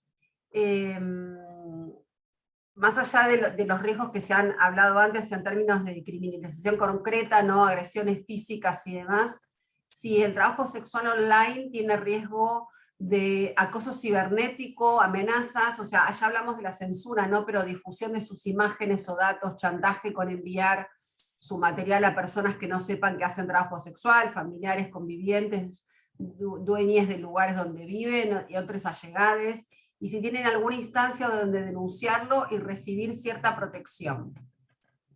Okay. Hablaré desde el contexto mexicano, que es donde yo me encuentro, porque desconozco otros, cómo funciona en otros países, ¿no? Sí existe este riesgo, es algo que está presente y es estos manuales que han llegado a ser desde las mismas trabajadoras sexuales para hacer trabajo sexual de manera segura. Pues nosotras tomamos de ahí muchísimas cosas y los compartimos, ¿no? Entonces, pues está al momento que decides hacer esto, el tener en mente que esa información que pones puede llegar a ser pública. Se puede tomar, pues sí, se pueden hacer cosas como para prevenir, ¿no? Una de ellas, uno de los consejos es no vincular nada a tus redes personales en caso de que, pues, no quieras que, o sea, como no estés fuera del closet, hablando como de estos closets LGBT, pero también como trabajadora sexual, ¿no? Con tu familia, que no sea de conocimiento de tu familia o de tu comunidad. Si lo quieres, si quieres mantener como eso fuera, entonces se recomienda, pues sí, no vincularlo a tus redes personales. Entonces, pues sí, existe chantaje de parte de, a veces pues de mismo, que ni siquiera puedo nombrarlos como clientes, porque a veces, o sea, con los clientes son como otro trato. Es gente que nomás va a molestar, que no va a pagar nada y que quiere obtener cosas de manera gratuita. Entonces, pues sí, muchas veces hacen estos comentarios como sé de tu familia, no sé qué. La mayoría de las veces es muy poco probable, si seguiste como todos estos lineamientos de seguridad, que quede con tu familia, que sepan como más información tuya. Entonces, pues solamente es cuestión de ignorarles. Pero si llega a pasar, y me parece que pues también ahí hay otro tema muy grande a trabajar, que es pues todo el prejuicio que hay en torno al trabajo sexual a maneras de comunidad, que pasa cuando la comunidad, las personas cercanas se dan cuenta que haces trabajo sexual, ¿no? Entonces, pues sí, pues termina siendo también otra de las limitantes. Para nosotras, dentro también del trabajo sexual en plataformas, te dan la oportunidad de bloquear países, lo cual facilita de alguna manera y te da un tanto más de privacidad en cuanto a tus cosas. Y en cuestión de gobierno, en México existe una ley donde no se puede compartir contenido tuyo sin tu autorización y tal es penado. Existe esta ley en general, no existe en cuanto a trabajo sexual, ¿no? Entonces, como si alguien toma tu contenido y empiezan a compartirlo en tu red y dice, Malicia se dedica a esto y Malicia no quiere que sepan, como tal vez yo podría ir a denunciar, ¿no? Pero entonces pienso yo que te enfrentas como a otra cosa, que es cómo te toman a ti el Estado como trabajadora sexual, ¿no? Y cómo hablaban ahorita de un feminicidio, ¿no? De cómo sucede algo así y entonces es como de, ah, era trabajadora sexual, ¿no? Entonces, pues me parece que ahí como hay algo, si bien existen estas leyes que más o menos se llevan a cabo en la mayoría de los casos, pero nos enfrentamos en otra situación cuando somos trabajadoras sexuales.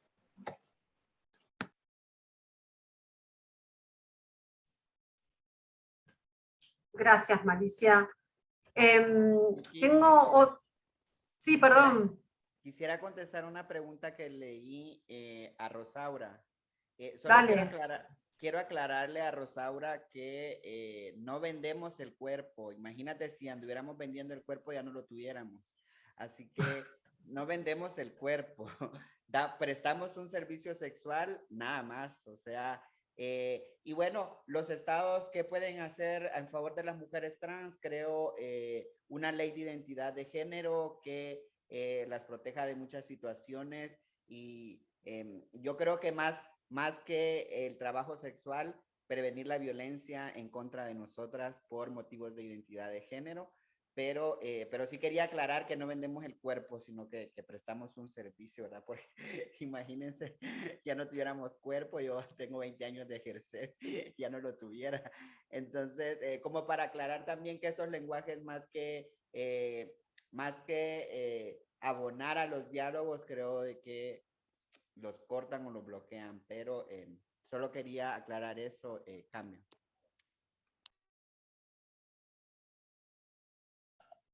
Gracias, Stacy. Justo venía con esa que era como, ¿no? Como venía como con cierta ahí, alguna otra intención medio diferente a lo que veníamos planteando, pero bueno, rescato que la hayas levantado vos directamente y demás.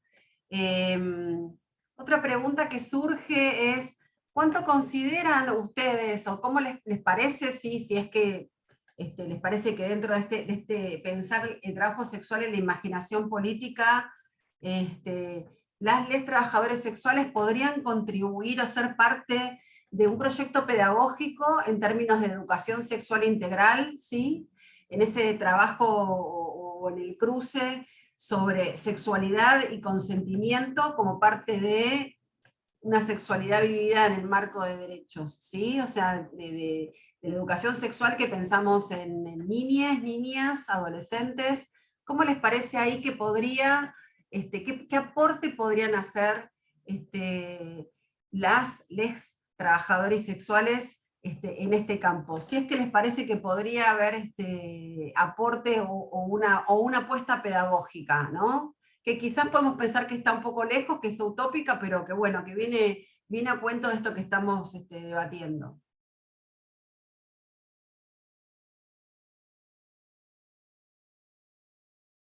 Con la que quiera arrancar. Yo pensaba un poco en estos videos que vienen sobre todo de producciones de Estados Unidos, como actrices porno que en algún momento pues han estado como hartas de los mismos guiones y se han hecho directoras y productoras. Han terminado, algunas tienen propuestas pedagógicas, ¿no? Como justo a partir de la experiencia y de ver desde dónde está construida la educación sexual, ¿no?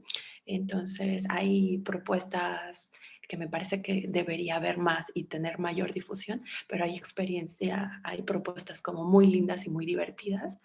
Hay una directora en específico, Tristan Taormino, y ella construye videos donde parecería que de inicio el video cumple con estas convenciones del porno mainstream, del porno pues comercial, ¿no?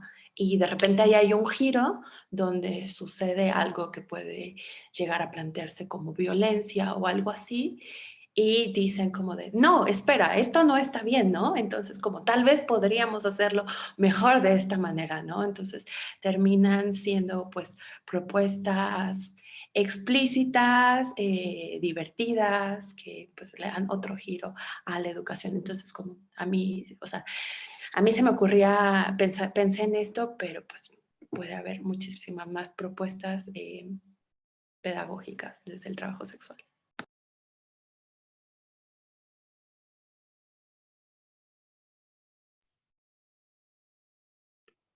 Bueno, yo solamente sumar que en Argentina hay una discusión en torno a los manuales que se distribuyen en los colegios, porque en el que aborda trata de personas, el abordaje que se hace deja totalmente equiparado, sin hacer mención al trabajo sexual o a la prostitución, deja equiparado que toda persona que ofrece o vende servicios sexuales lo hace sin su consentimiento o lo hace atravesada por múltiples vulnerabilidades y donde se anula el deseo de la persona, y nos parece que uno de los abordajes que estaría bueno que se hagan es primero diferenciar la trata del trabajo sexual o hablar también de la trata de personas en otros mercados laborales. ¿No? Porque si solamente se asocia con el trabajo sexual, ahí lo que se construye es el pánico moral, del que el bien ya sabemos que lo único que hace es, digamos, no permitir el avance de ninguna ampliación de derechos. Entonces nos parece que cuando se habla de trata, no se debería generalizar solo con el trabajo sexual, sino también poder mencionar que en otros mercados laborales, como el trabajo textil, como el trabajo rural, también hay situaciones de condiciones de insalubridad, también hay situaciones de explotación, también hay situaciones de trata de personas, y cuál debería ser el abordaje en todo caso del Estado, ¿no? En esas situaciones. Después sí, poder trabajar mucho en la idea del consentimiento, esta cosa, ¿no? De respetar el consentimiento de las personas, y sobre todo trabajar en la no discriminación hacia aquellas personas y las decisiones que toman con sus vidas. Me parece que sin hacer mención al trabajo sexual se pueden trabajar en esas cuestiones, sobre todo teniendo en cuenta, esto es horrible lo que voy a decir, pero es como las que somos madres, ¿no? Somos madres y vemos con una preocupación, digamos, la preocupación debería ser como feministas, pero bueno, ahí nos atraviesa también la culpa en cómo estamos construidas o cómo están construidas nuestras maternidades. Las compañeras que tenemos hijos o hijas atravesando el proceso escolar, nos encontramos con este manual, y también nos encontramos con bajadas de línea que se tienen en las aulas, donde no existe la posibilidad de pensar en las trabajadoras sexuales, incluso en escuelas que están en zonas donde mayormente las trabajadoras sexuales de la calle ejercen trabajo sexual, como que hay una distancia entre el abordaje que se hace dentro del aula y después lo que cuando sale ese chico o esa chica de la escuela se encuentra en la cotidianidad de su barrio, comparte, digamos, también hotel con trabajadoras sexuales, con compañeras travestis, trans, migrantes. Entonces nosotras hemos hecho algunos talleres de sensibilización, sobre todo a los docentes, a las docentes, y llevamos con preocupación al Ministerio de Educación este año el abordaje que se hace con este manual y la construcción de que toda prostitución es igual a trata de personas, y la violencia con la que nuestros hijos e hijas atraviesan ese proceso de escolaridad, que nuestro deseo sería que lo atraviesen en igualdad de condiciones con el resto de sus compañeras y sus compañeros, y no se ponga en cuestionamiento de qué trabaja tu mamá. Entonces me parece que ahí la educación sexual integral tiene bastantes demandas, ¿no? por llevar a cabo.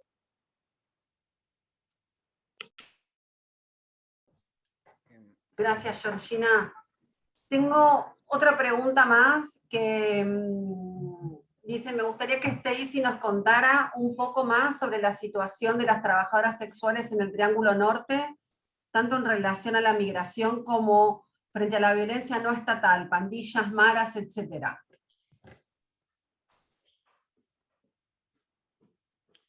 Bueno, el contexto del Triángulo Norte, Guatemala, Honduras, El Salvador, creo que es un territorio que históricamente pues ha sido flagelada por este fenómeno de las pandillas y las maras, y ha sido como que una de las cuestiones que apalea bastante a les y los trabajadores sexuales de este territorio, pues mucha migración forzada, mucho desplazamiento forzado se debe a estos ejercicios de extorsión, que a veces no están tan desvinculados de lo estatal, ¿verdad? Sino que también y por ahí tiene mucho que ver también lo estatal y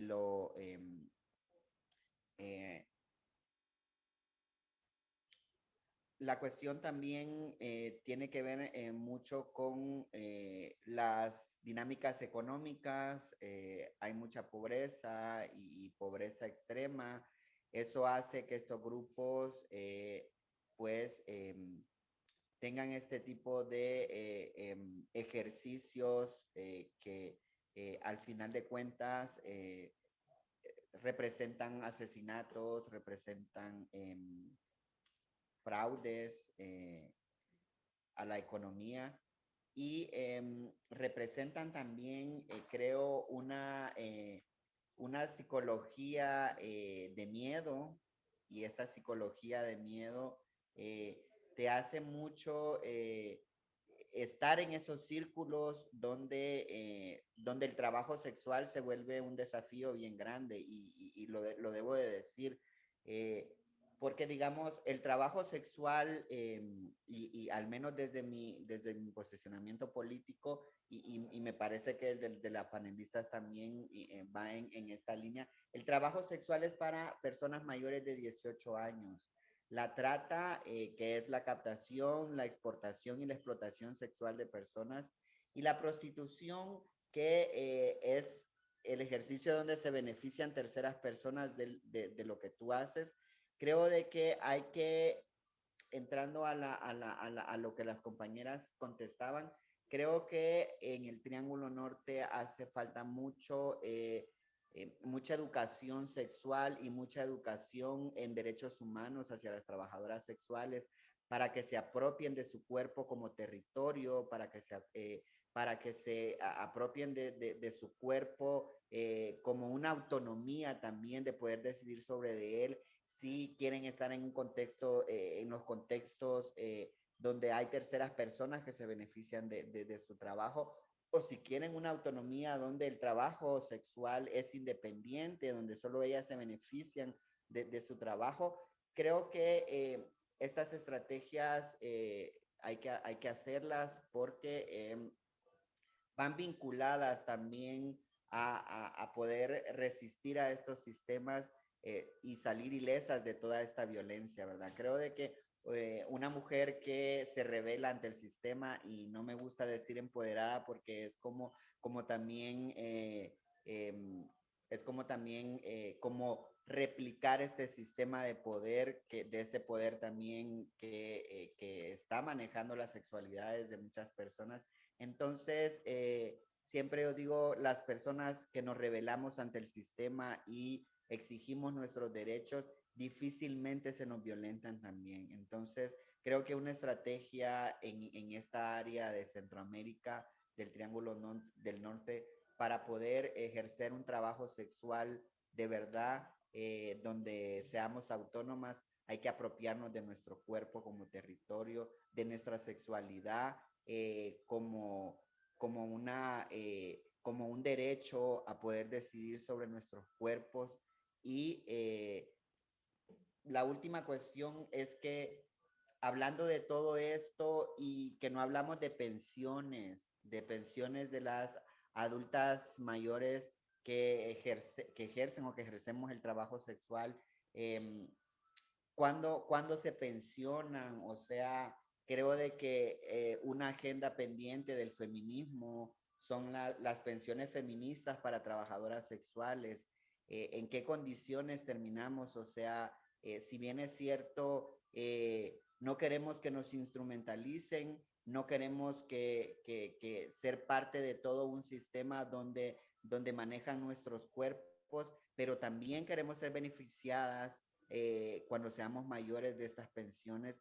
Y lo digo porque, y voy a hablar de un ejercicio, la Ley Integral Trans de Uruguay, rezarse a las compañeras trans, trabajadoras sexuales mayores de edad. Entonces, me parece de que hay ejercicios en la región como para poder hacer una agenda latinoamericana y del Caribe, donde también se piense desde eso. Y pensando desde eso, pienso de que en toda esta metodología podemos ir pensando de una vez en toda la regulación y pensando en todo este resarcimiento que durante muchos años, cuánto nos cuesta a las trabajadoras sexuales el estigma, la discriminación. O sea, nos está costando vivir nuestra vejez en condiciones infrahumanas, en condiciones en las que no somos felices, no estamos viviendo, sino que estamos sobreviviendo.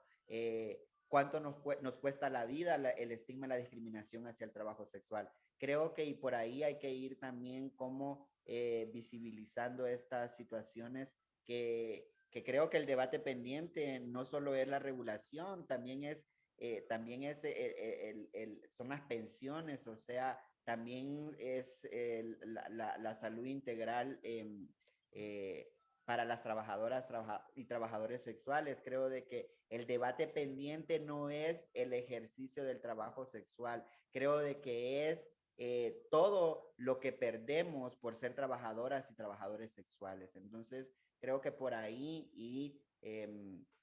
hay algo que no es solo debatir el ejercicio, sino en qué condiciones también lo hacemos, sino también quiénes están atrás de toda esa opresión que recibimos, o sea, las violencias institucionales, cuando te llegan a desplazar de un parque donde ejerces porque estás violentando la moral pública, y las buenas costumbres. Entonces, todas esas situaciones creo que se derivan de todos estos debates que creo de que más que pendientes han estado ahí, y pues agradecer por darnos este espacio tan importante, porque me parece de que si más bien es cierto, están ahí los abolicionismos presionando, creo que también de la otra parte habemos compañeras que estamos resistiendo y que les estamos diciendo que paren con eso, porque también con eso están abonando a que nos asesinen, a que terminemos, a que vivamos en contextos violentos. Entonces, creo de que el feminismo abolicionista tiene que parar y lejos de criminalizarnos, tiene que empezar a reflexionarse. No vamos a cambiar, como dijeron las compañeras, no vamos a cambiar a personas pero sí creo que algo que tocó Georgina muy importante y que me parece de que por ahí y podríamos empezar a hacer cosas maravillosas con los niños, las niñas de las nuevas generaciones. Creo que con ellos sí tenemos mucho que dialogar, mucho que enseñarles. Creo que hay que invadir esos espacios con amor, con sororidad, con respeto, creo con mucho respeto, porque desde ahí creo de que si apelamos al respeto también tenemos que llegar con respeto, pero no sumisas, ni santas ni devotas, tampoco. Entonces, solamente gracias.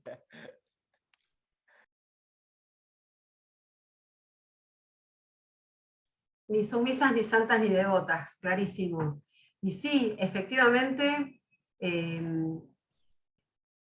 digamos, entender el trabajo sexual a partir de que es trabajo es también pensar en ya no solamente, bueno, si regulación sí, sino y de qué tipo de regulación, sino justamente esto que decías, Stacy, que también traían esos tres compañeros sobre el acceso a la seguridad social, ¿no? A los temas de protección, a la salud integral, a todas esas cuestiones que tienen que ver con la protección de las adultas mayores, los adultos mayores, entonces trabajadoras sexuales y demás, que no son ni más ni menos que la desabstracción de los derechos humanos, o sea, o los derechos humanos entendidos concretamente y aterrizados en la vida de cada persona, sino como retóricas políticamente correctas adoptadas por incluso aquellos que se ocupan de cercenar todo ese tipo de derechos, pero que igual siempre apelan a retóricas carismáticas de nombrarlos.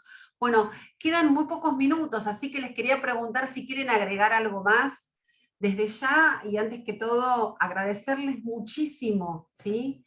Que hayan tenido ganas de participar, que estén aquí, que nos hayan acompañado, que sobre todo más que acompañado hayan sido protagonistas de este debate, y una invitación por parte de Acajatá, de esta organización, a seguir pensando, a que también nos propongan nuevos temas para incomodar y también pensar en abrir el debate a otras regiones, a ocupar todos los espacios posibles históricamente negados, a seguir incomodando, a seguir utilizando la incomodidad como potencia feminista, que bien que nos corresponde, digamos, y que podemos seguir utilizando eso. Así que les dejo micrófono abierto en estos últimos 15 minutos para lo que quieran agregar.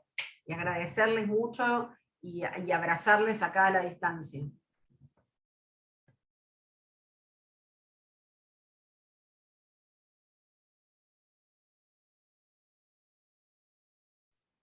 No, yo solo también en esa línea de Vicky, el agradecimiento por la realización de este conversatorio, por pensar, poner en agenda al trabajo sexual desde este lugar, ¿no? Del imaginario en la política, de poder darnos voces con una mirada, digamos, regional.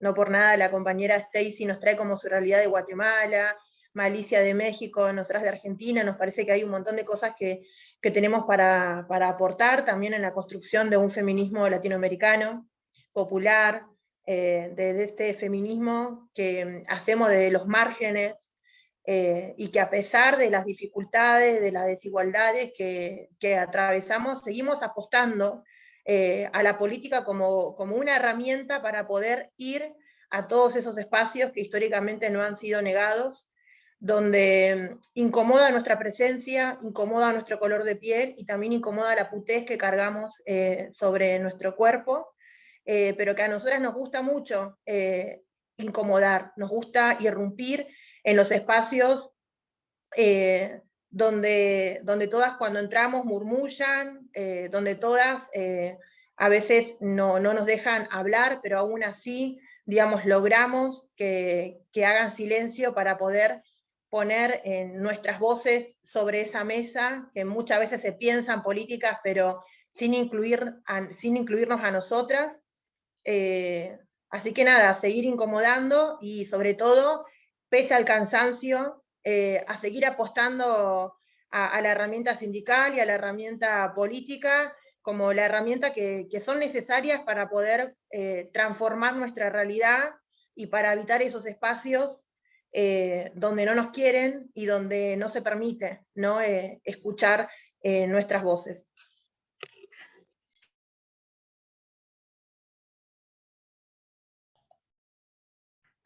Gracias, Georgina.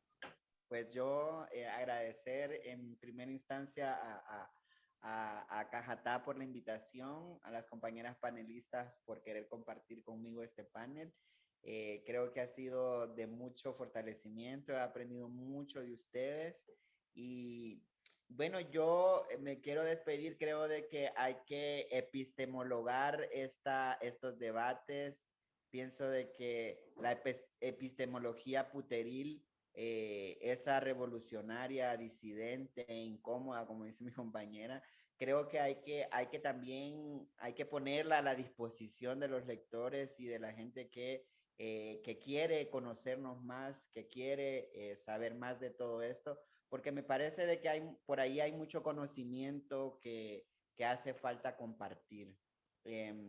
Bueno, yo agradecida, una puta transfeminista, pues, ¿qué puedo decir? Encantada de estar acá, me siento muy privilegiada también en cuestiones de la voz y de poderme prestar el micrófono para decir, pues, todo lo que pasa y todo lo que expresa este cuerpo y toda la situación y el contexto que se vive. Y bueno, hay que destratatizar el trabajo sexual. Hay que destratatizarlo.